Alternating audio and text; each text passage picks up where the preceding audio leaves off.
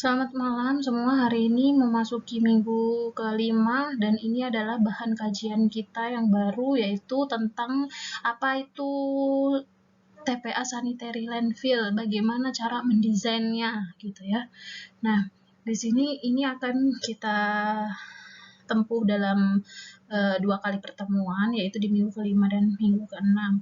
Untuk bahan kajian dari TPA Sanitary Landfill ini, kita akan membahas tentang yang pertama pendahuluan. Di sini isinya kita mau tahu apa sih TPA Sanitary Landfill itu sebenarnya. Kemudian apa aja tipe atau klasifikasi landfill. Nah, tipe atau klasifikasi landfill ini kalau dulu mungkin di persampahan kalian tahu ada tipenya tipe trench yang harus digali dulu gitu ya, atau tipenya tipe area gitu ya yang bisa ditimbun langsung. Nah, itu nanti itu adalah contoh dari tipe atau klasifikasi landfill. Kemudian ada proses landfill. Proses pengoperasian landfill nanti akan didesain seperti apa.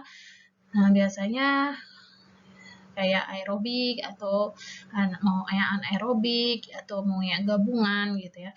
Terus fasilitas TPA di sini kalian sudah banyak tahu.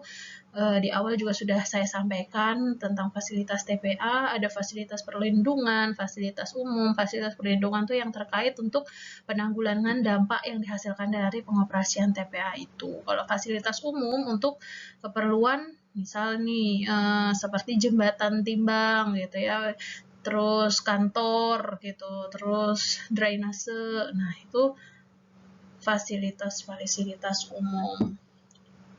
Kemudian untuk DED TPA sampah ini, yang pertama kita akan mempelajari bagaimana kriteria desain yang wajib yang ditentukan gitu ya dalam merancang suatu TPA. Jadi dalam merancang suatu TPA kita harus memperhatikan bagaimana kriteria desainnya. Di sini kriteria desain ini khusus untuk area penimbunan, bukan fasilitas, tidak termasuk fasilitas gitu ya. Jadi ini area penimbunan. Nah, area penimbunan itu apa? Area penimbunan itu apa aja gitu. Nah, itu pembentukan dasar TPA. Di sini pembentukan dasar TPA itu kayak lapisan-lapisan dasarnya TPA. Harus ada apa? Liner, harus apa?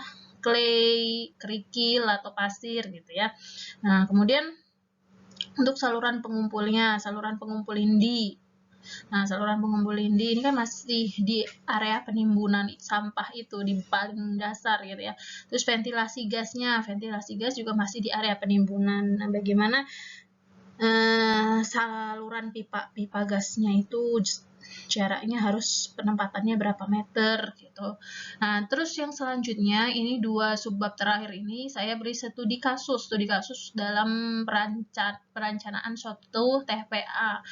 Nah, di sini mungkin akan saya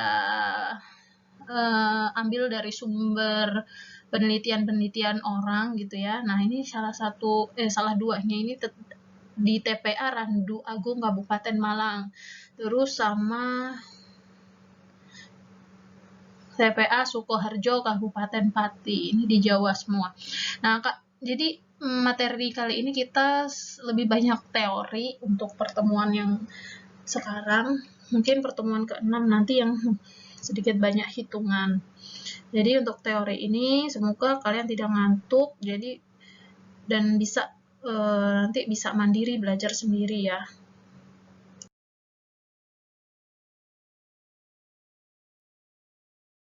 Oke, pertama-tama di sini saya mau merefresh kalian ya tentang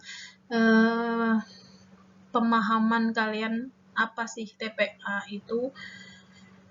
Dan dulu TPA itu namanya, singkatannya, kepanjangannya itu bukan tempat pemrosesan akhir, melainkan tempat pembuangan akhir. Tapi karena terbitnya Undang-Undang Nomor 18 Tahun 2008, kepanjangan TPA ini diganti menjadi tempat pemrosesan akhir. Nah, apa sih definisi dari tempat pemrosesan akhir ini?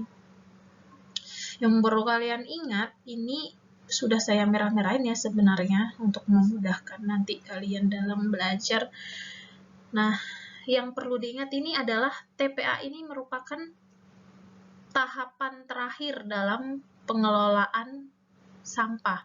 Sejak mulai timbul di sumber, kemudian dikumpulkan ya dari sumber-sumber itu, dipindahkan atau diangkut, kemudian diolah ya, jika memang bisa diolah.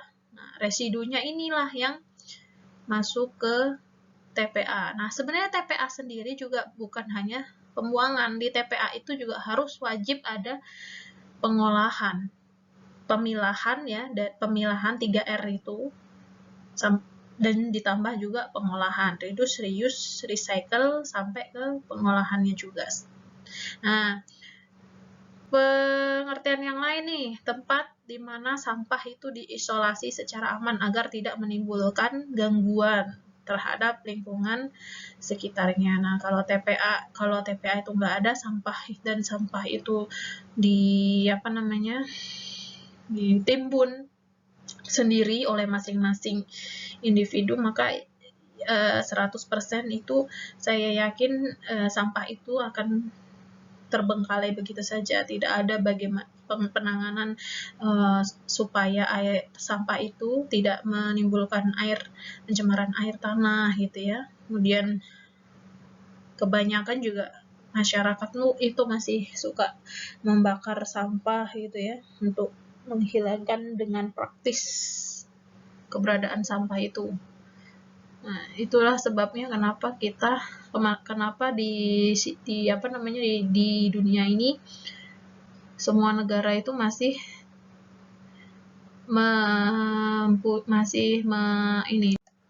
mencanangkan gitu ya, masih membuat tempat pemrosesan akhir di negara-negara mereka.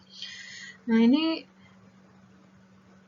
supaya tidak menimbulkan gangguan. Gangguan itu apa aja? Banyak hal ya, gangguan dari dampak ke air, dampak ke udara, atau bahkan ke kesehatan, ke sosial gitu kan. Oke. 4 aktivitas utama dalam penanganan sampah di lokasi TPA. Jadi di lokasi TPA dia wajib harus ada 4 ini. Yang pertama pemilahan sampah. Biasanya kalau kalian di TPA gitu lihat orang-orang pemulung gitu ya, banyak orang-orang pemulung. Nah, itu memilah mana sampah yang masih bisa dijual sama mereka. Nah, itu diambil.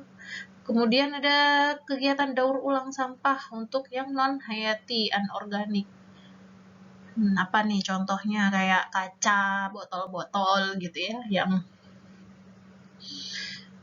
bisa didaur ulang. Kemudian untuk sampah yang organik, kita lakukan pengomposan. Yang terakhir untuk penimbunan. Jadi yang udah tidak bisa dilakukan dari ketiga ini, residunya akan ditimbun.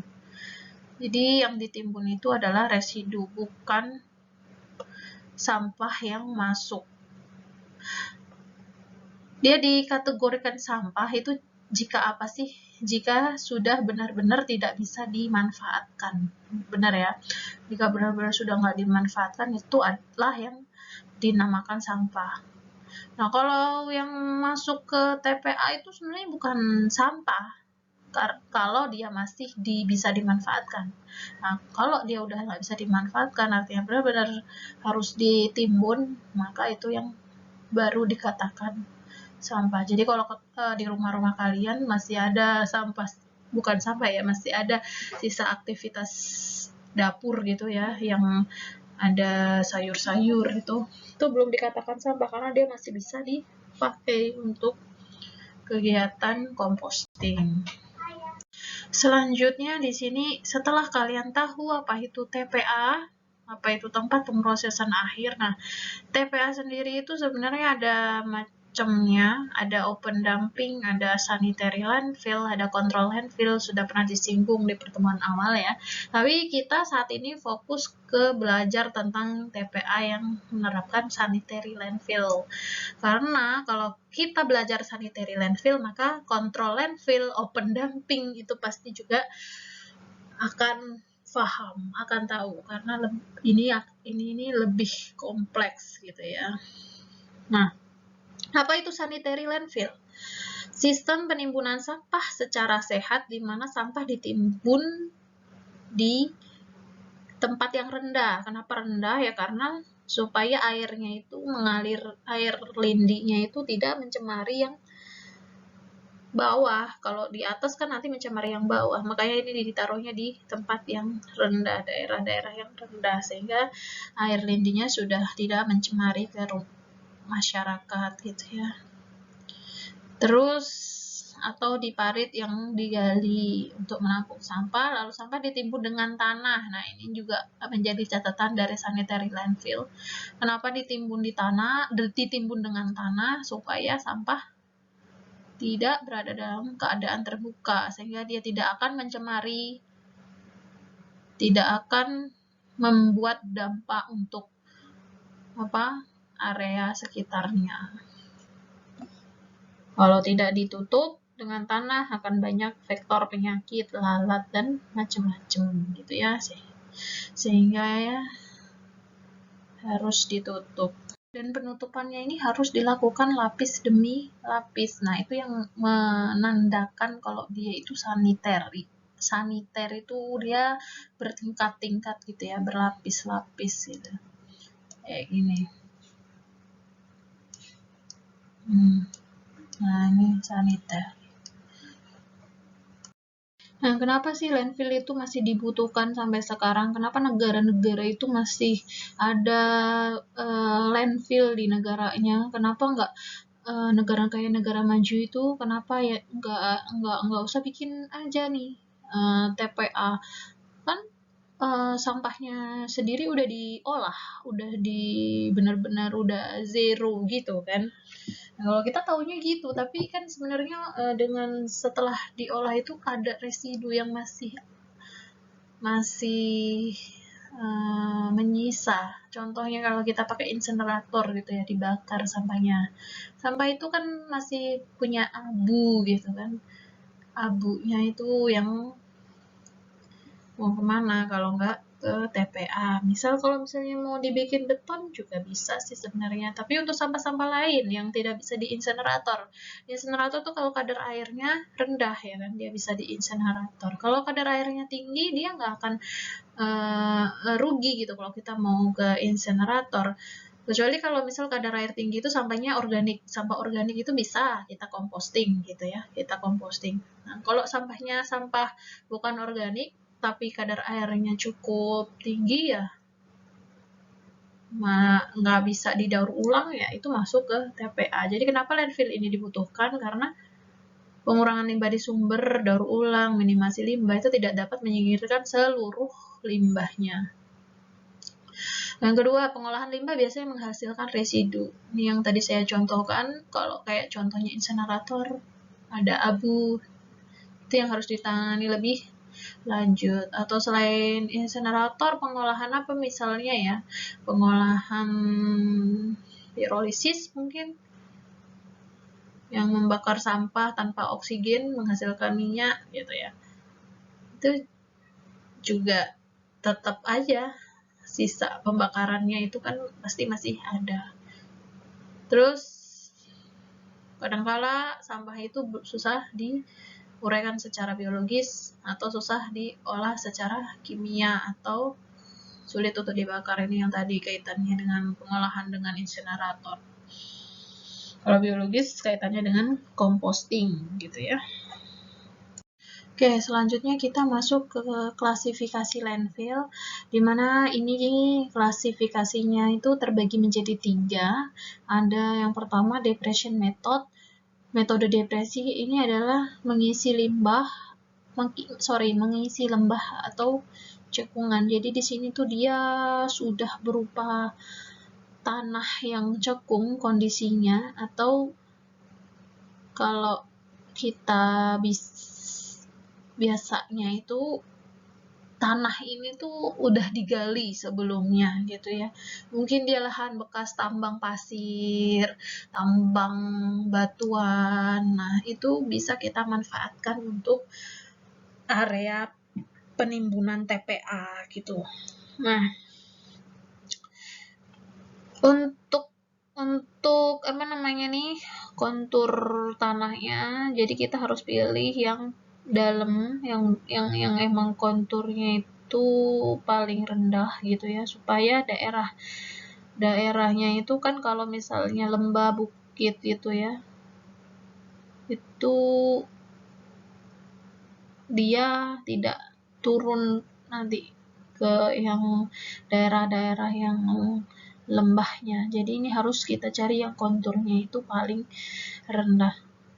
Kemudian karena dia ini udah galian gitu ya, udah cekung tanah, kondisi area awalnya itu udah cekung, maka kita kan nggak tahu nih mau nutup pakai apa gitu kan, untuk final cover, untuk penutup hariannya juga. Nah, itu kita bisa membeli tanah penutupnya itu di ini, yang di penambang-penambang pasir gitu, penambang-penambang tanah gitu. Nah, ini tanah covernya itu karena kita nggak bisa save, nggak bisa ambil dari, karena dia udah emang awalnya udah galian, maka ya kita mendapatkannya dengan cara membeli. Selanjutnya ada metode trench. Metode trench ini dilakukan dengan cara mengupas lahan secara bertahap. Jadi awalnya ini tanahnya itu datar, terus diambil secara bertahap gitu ya. Mungkin satu sel dulu digali, terus hasil galiannya itu bisa dipakai untuk covernya nanti gitu.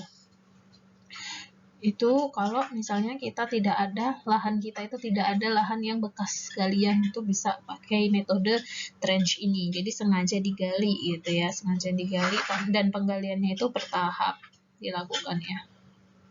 Dan kedalaman galiannya ini bisa sampai 2 hingga 3 meter. Yang terakhir yaitu metode area. Metode area ini adalah metode yang dilakukan dengan menimbun sampah di atas lahan secara langsung gitu ya.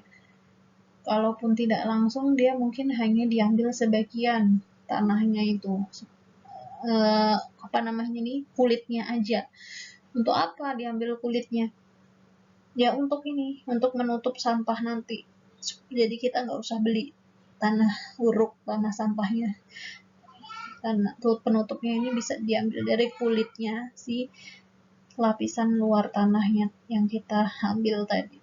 Nah, ini dilakukan langsung di atas tanah karena mengingat biasanya lokasinya ini adalah lokasi yang tanah airnya itu dangkal.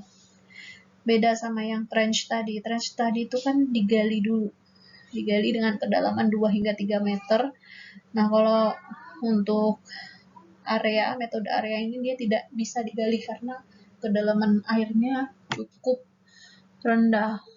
Akibatnya apa kalau misalnya rendah tetap digali? Ya akan ngaruh ke air tanahnya. Air tanahnya akan tercemar sama si sampahnya gitu ya. Jaraknya itu loh, jarak penggaliannya ke air tanah itu kan kecil, pendek dia.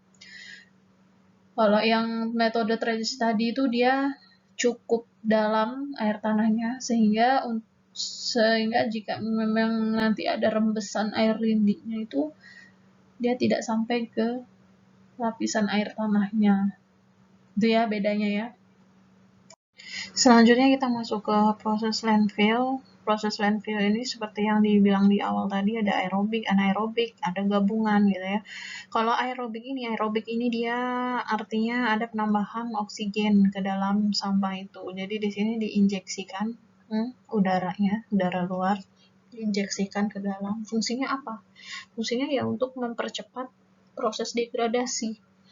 Kenapa bisa mempercepat proses degradasi? Ya karena oksigen ini akan digunakan oleh mikroba. Mikrobanya ini akan, yang bekerja adalah mikroba yang aerobik ya, mikroba yang aerobik. Selain itu fungsinya apa sih? Ya untuk mengoksidasi ini mengoksidasi senyawa-senyawa yang udah banyak terurai di sini, sehingga bisa memudahkan untuk mikroba itu dalam menguptake makanannya. Nah, ini kan yang menguraikan di sini adalah mikroba, gitu ya. Sehingga kalau mikroba ini dapat suplai oksigen, maka dia akan semakin tumbuh semakin cepat, semakin baik, gitu. Nah, kemudian kelebihannya apa sih kalau kita pakai aerobik itu? Ya, jadinya nggak bau. TPA-nya ini bagus, tapi kelemahannya dia menjadi mahal karena harus menggunakan pompa untuk menginjeksikan udara ke dalamnya, gitu ya. Jadi tujuannya tadi saya ulangi, selain untuk suplai oksigen mikroba gitu, dia juga mampu untuk mengoksidasi bahan senyawa yang sudah terurai. Contohnya apa tuh? Contohnya ya ini, liquid storage. Liquid storage ini adalah lindi yang ada di TPA ya, di resirkulasi, sehingga dia akan berikatan dengan oksigennya itu akan teroksidasi si lindi itu. Nah, lindi itu kan banyak kandungan nutrien ya. Ketika dia dioksidasi, artinya dia akan lebih mudah diuptake oleh si mikroba, sehingga mikrobanya itu semakin banyak, dan kalau banyak dia mudah terurai sampah di dalamnya. Proses landfill selanjutnya yaitu anaerob, di mana kalau anaerob itu tidak ada oksigen yang ditambahkan ke dalam TPA kan.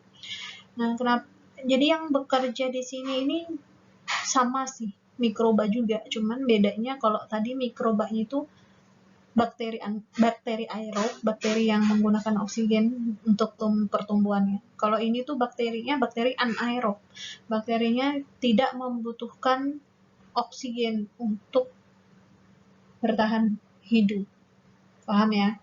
Nah, kelemahannya ini TPA-nya ini akan bau, sedangkan yang aerob tadi itu tidak bau, tapi ini pengoperasiannya itu murah, keuntungannya itu. Dan metode yang paling banyak digunakan itu saat ini adalah yang anaerob ini. Makanya di mana-mana itu TPA itu kalau di daerah-daerah yang sering saya kunjungi, semuanya bau karena memang tidak ada oksigen yang ditambahkan. Gas-gas yang dihasilkan itu bau. Nah, ini juga sama kayak tadi, dia juga ada resirkulasi lindi licit ya, supaya ini bisa dimanfaatkan oleh si bakteri nutriennya ini. Kan kalau lindi ini kan prosesnya itu sudah banyak mengandung nutrien ya, air lindi itu sudah banyak mengandung nutrien, sehingga nutrien dalam bentuk ini kan, nutrien itu kan mengalami proses nitrifikasi ya. Nah, ini nutrien ini yang dimanfaatkan oleh bakteri itu dalam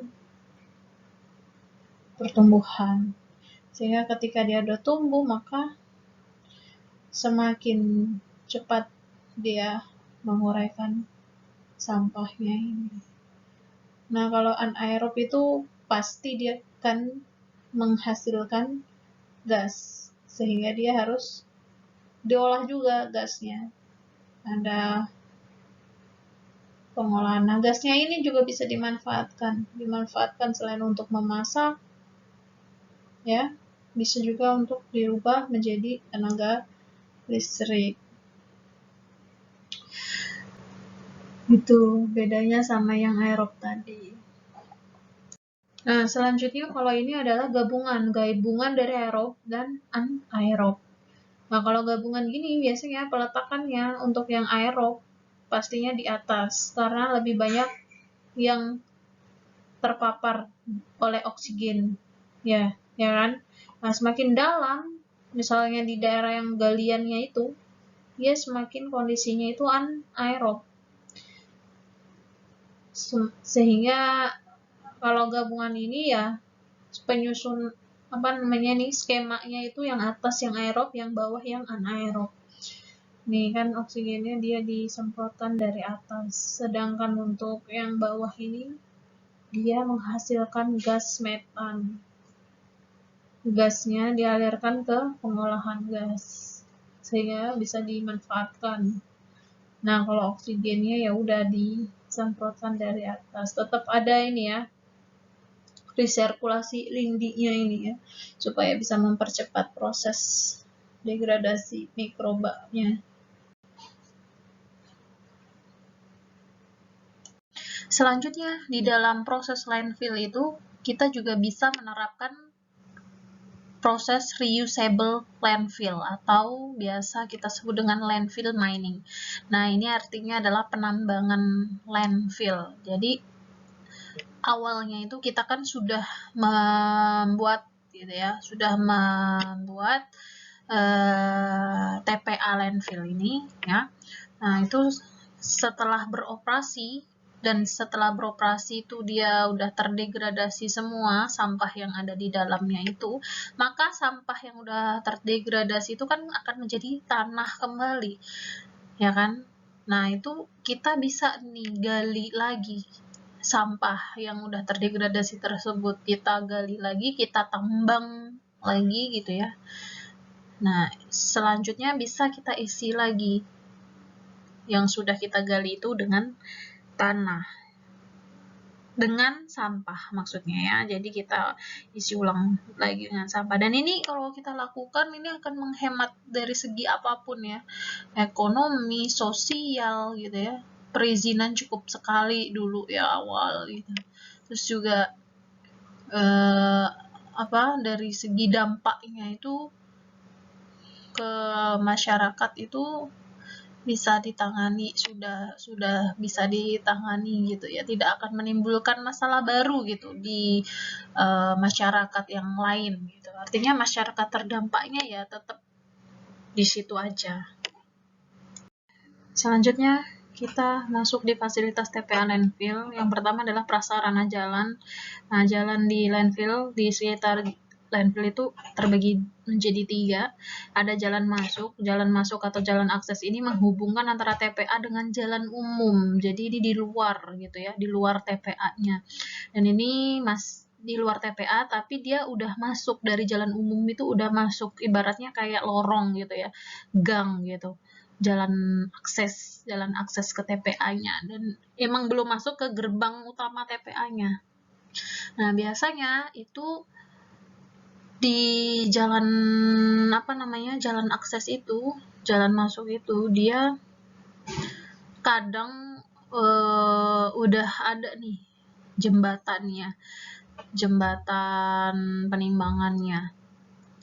Nah, ini jembatan penimbangan ini juga harus disesuaikan dengan beban tonase dari si kendaraan pengangkut itu gitu. Artinya ya kalau misalnya beban truknya itu 5 ton, maka kapasitas jembatannya juga harus lebih dari itu, bisa menimbangnya itu.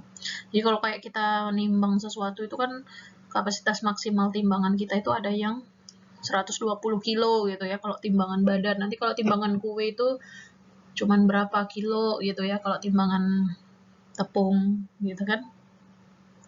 Terus ada jalan penghubung. Jalan penghubung ini menghubungkan antara satu bagian dengan bagian lain di dalam TPA. Nah, maksudnya apa nih? Maksudnya di dalam TPA itu kan ada zona-zona ya, zona 1, zona 2, zona 3. Nah, di zona 1 sama zona 2 itu harus ada jalannya. Jalan penghubung antara bagian satu dengan bagian lain. Kemudian jalan operasi. Jalan operasi ini adalah jalan yang ada di zona itu gitu. Jadi kalau misalnya kita gambarkan di sini ada zona 1, zona 2, maka yang di sini ini adalah jalan penghubung gitu ya, yang menghubungkan sini dengan sini. Nah, jalan operasi itu yang ada di dalam sini, di area sini, di working phase-nya.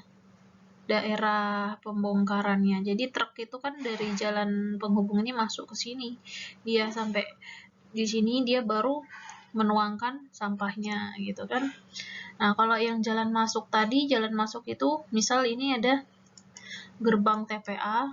Nah, ini ada jalannya ini, jalan aksesnya. Nah, ini misalnya ini adalah jalan besar, jalan utamanya. Jalan umum maksudnya ya. Ini adalah gitu ya. Jadi ini adalah jalan aksesnya yang menghubungkan jalan umum dengan gerbang, dan di sini biasanya sudah ada nih jembatan penimbangnya. Nah, setelah masuk gerbang, kita masuk berarti menggunakan jalan apa? Jalan penghubung gitu ya. Jalan penghubung. Nah, kalau sudah masuk ke area penimbunannya, maka kita menggunakan jalan operasi atau jalan kerja.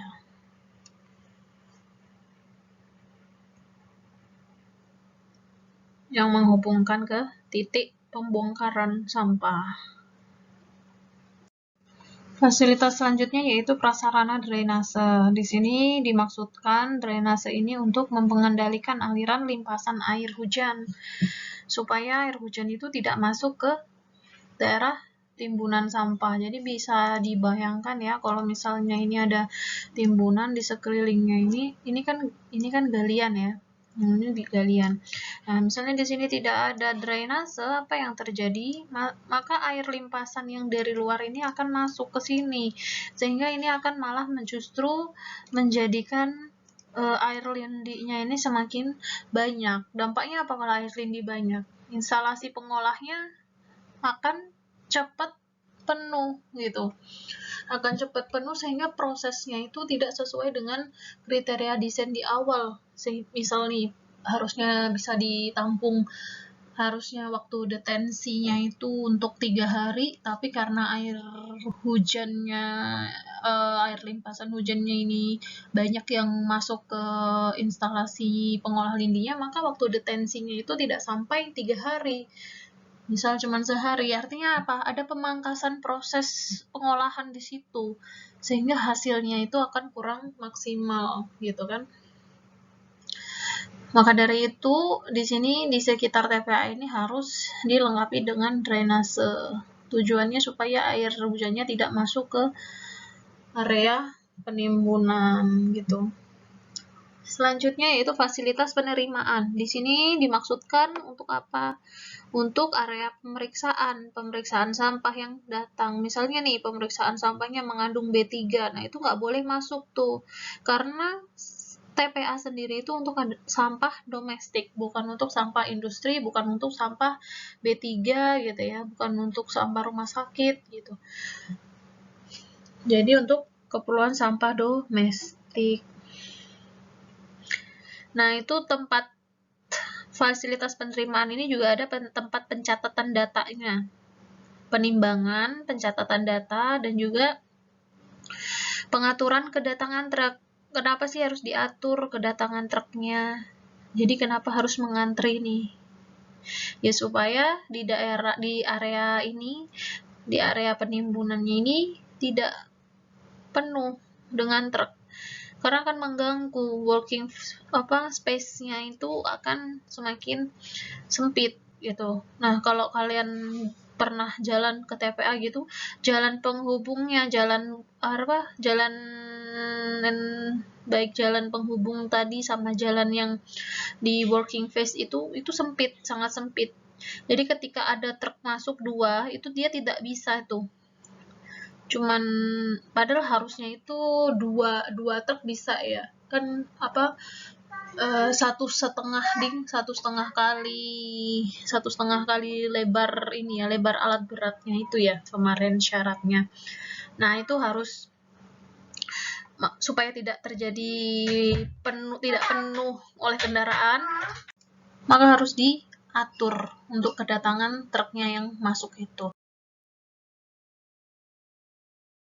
Nah, fasilitas penerimaan ini selain bentuknya itu tempat pemeriksaan yang biasa ada di jalan akses ya sebelum masuk ke gerbang utama TPA. Ada juga yang bentuknya itu pos pengendali. Pos pengendali ini kayak misalnya ada pos jaga di depan gerbang utamanya itu. Di gerbang itu ada posnya dan itu di situ ada petugas untuk mencatatnya itu.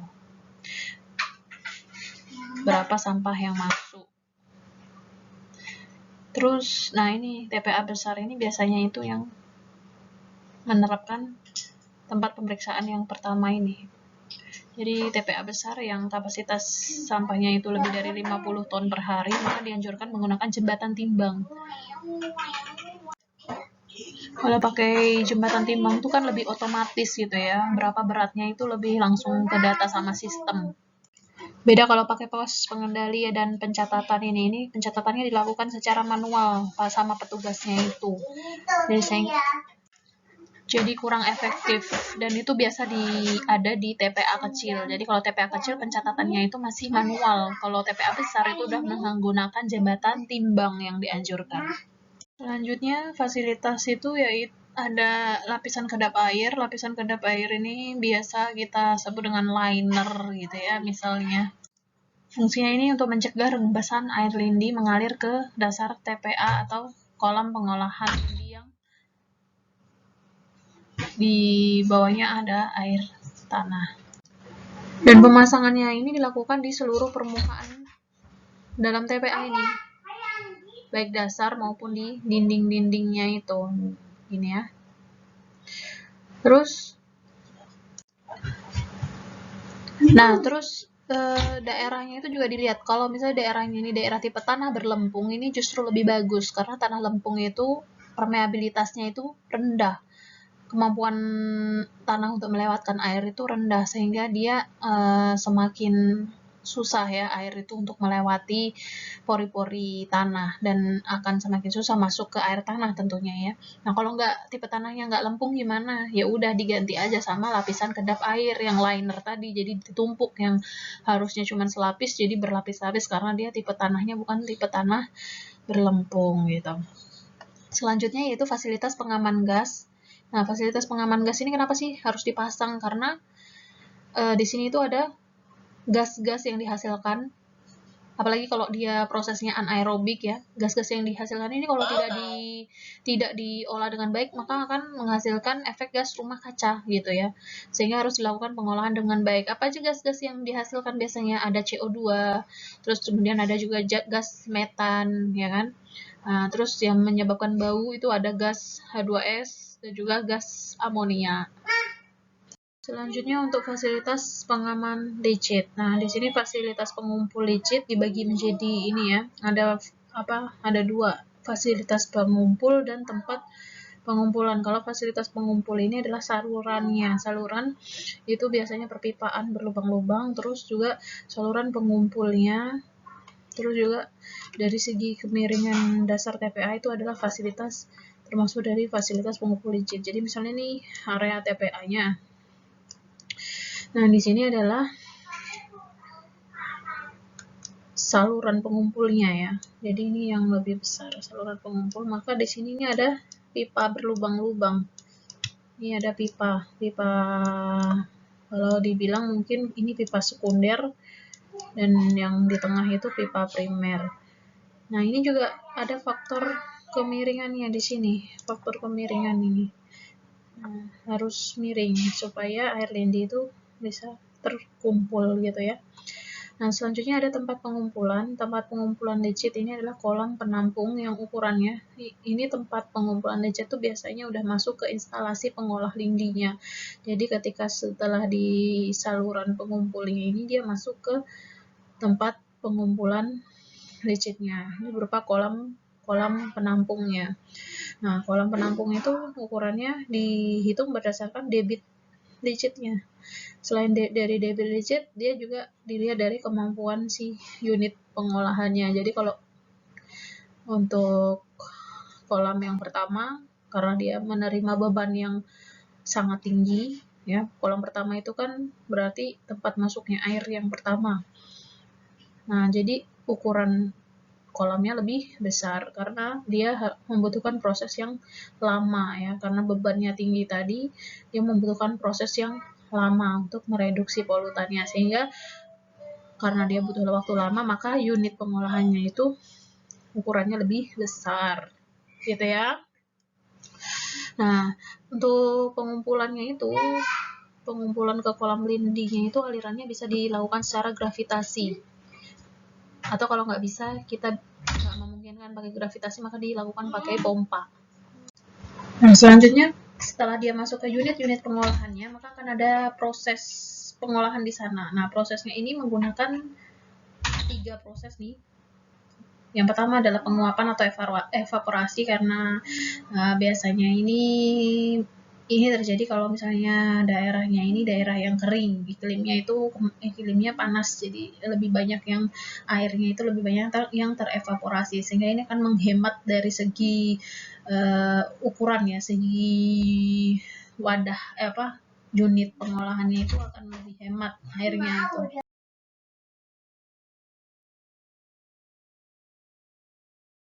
Selanjutnya untuk proses pengolahan licit itu juga ada ya sirkulasi licit ke dalam timbunan TPA. Ini selain untuk menghemat dari segi kapasitas instalasi pengolahnya, ini juga akan memperbaiki kualitas hasil olahannya nanti ya. Ketika diresirkulasi artinya dia mengulangi proses di awal ya, di pengolahan unit awal sebelumnya tadi, jadi kualitasnya akan lebih baik.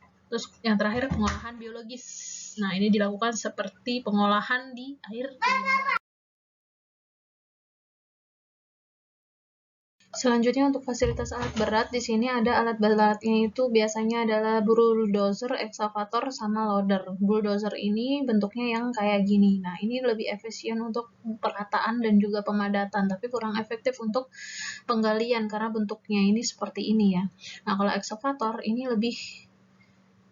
lebih efisien untuk penggalian. Kalau untuk pemadatan dan perataan kurang. Kalau pemadatan sama ya, kalau pemadatan ini sama, karena kalau pemadatan itu berarti dilihat dari rodanya, ya kan? Nah, untuk pemadatan ini sama, tapi untuk perataan yang kurang, karena perataan itu biasanya menggunakan yang modelnya begini. Kalau ini untuk penggalian, gitu ya.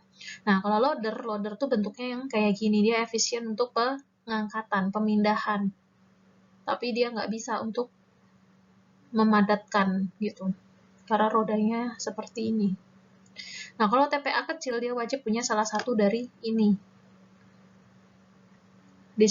Ya, wajib sih, bukan disarankan ya. Wajib harus punya salah satu. Karena kalau enggak, ya dia nggak bisa memadatkan dong, gitu kan. Nah, untuk TPA besar ini harusnya punya tiga-tiganya. Yang terakhir yaitu penghijauan dan fasilitas penunjang. Jadi fasilitas penghijauan ini fungsinya untuk meningkatkan estetika lingkungan. Jadi orang tuh seneng gitu ya melihat yang hijau-hijau. Jadi itu salah satunya kenapa dia bisa jadi area wisata, karena dia hijau, adem, buat wisata enak. Nah, selain untuk estetika lingkungan itu, selain untuk supaya enak dipandang, dia juga sebagai buffer zone. Buffer zone ini kayak area barrier gitu loh, buat pencegahan kalau ada pencemaran udara, dari gas metan yang dihasilkan atau dari CO2 yang dihasilkan. Nah, itu selain untuk itu, dia juga bisa untuk mencegah bau dan lalat area buffer zone-nya itu. Nah, kemudian untuk fasilitas penunjang ya, seperti kantor, bengkel, garasi, itu ditambah dengan area penghijauan itu harus 40% dari total lahan TPA. Jadi 40% dari total lahan TPA itu harus diisi dengan penghijauan dan juga fasilitas penunjang ini. Gitu ya. Nah, terus fasilitas penunjang itu seperti apa? Ada pemadam kebakaran, kesehatan, keselamatan kerja, ruang ketiganya ya, untuk masker, untuk pekerja-pekerja mengganti pakaiannya gitu. pakaian safety-nya ya tentunya, terus toilet dan lain-lain, termasuk ini ya, kantor, bengkel, garasi. Jadi 40% dari total lahan TPA itu harus difungsikan untuk fasilitas penunjang dan penghijauan. Oke, sekian, terima kasih.